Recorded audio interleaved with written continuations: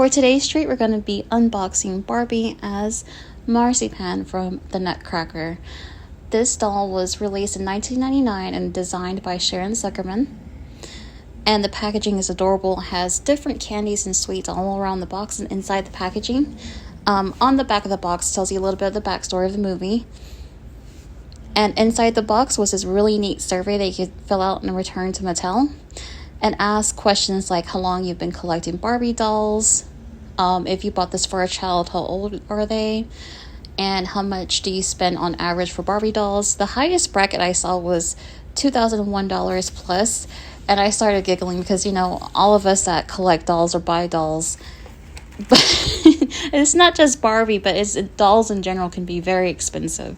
But it was kind of neat to see that little survey inside the box. Now, these plastic twist ties gave me memories. It brought me back to when I was a kid unboxing dolls. So it just brought me back some memories, which I thought was really cool. But this is what she looks like. Beautiful hairstyle. I love it. I love the mint green and pink. To me, that's my favorite color combo. Love the point on her feet.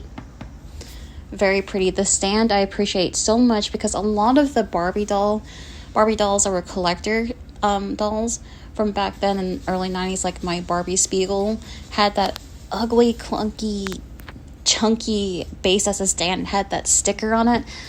I don't like those personally, but I love that this stand is pink and it had Barbie collectibles on it. So I really like the stand. This doll, like I said, is beautiful. The button clasps really brought me down memory lane too, because I remember making my own Barbie doll clothes with my mom and would use those button clasps, and a lot of the older clothes had those button clasps as well. So I was happy to see that. Overall, this is a beautiful doll.